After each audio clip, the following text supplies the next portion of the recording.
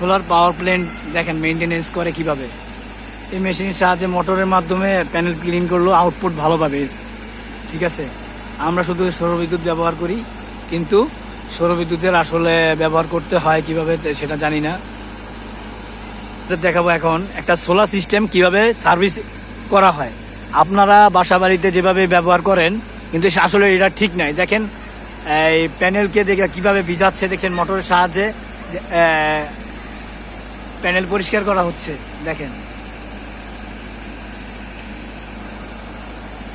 আমরা ব্যবহার করি সাধারণত শুধু মনে করি যে রৌদ্র পেলেই হবে, পরিষ্কার করতে হবে না। পরিষ্কার করলে ব্যাটারি চার্জ ভালো হবে, আপনি ব্যাকআপও ভালো পাবেন। দেখছেন এটা রোহিঙ্গা ক্যাম্প 6-এ সিআইসি অফিসের সামনে ক্যাম্প ইনচার্জ উনি ম্যাজিস্ট্রেট। সো আমি আপনাদের দেখাচ্ছি যে আসলে সোলার আসলে ক্লিন করা দরকার। না হলে এই যে শীতের মৌসুমে ময়লা স্তূপ জমে যায়, এগুলা ব্যবহার করলে দেখেন প্রত্যেকটা জায়গায় দেখেন, আপনি খেয়াল করে দেখবেন। দেখেন আমি একটু জুম করে নিচ্ছি।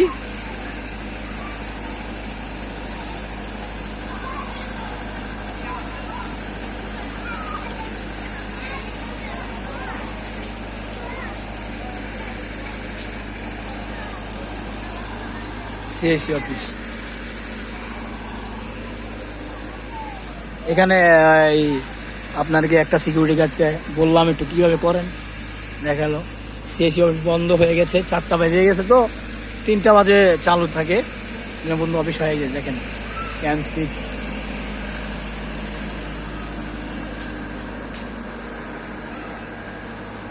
CIC office camp in charge.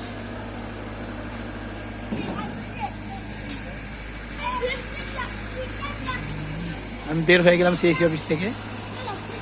দেখেন কিরকম ব্যারিকেড। এখানে ওই রোহিঙ্গাদের সব কিছু যাবতীয় যত সিস্টেম আছে এখান থেকে জানা যায়। যত এনজিও আছে তারা এখান থেকে অনুমতি নিয়ে কাজ করে।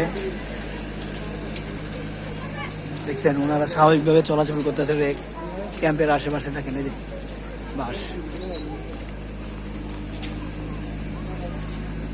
স্বাভাবিক জীবনযাপন করতেছে।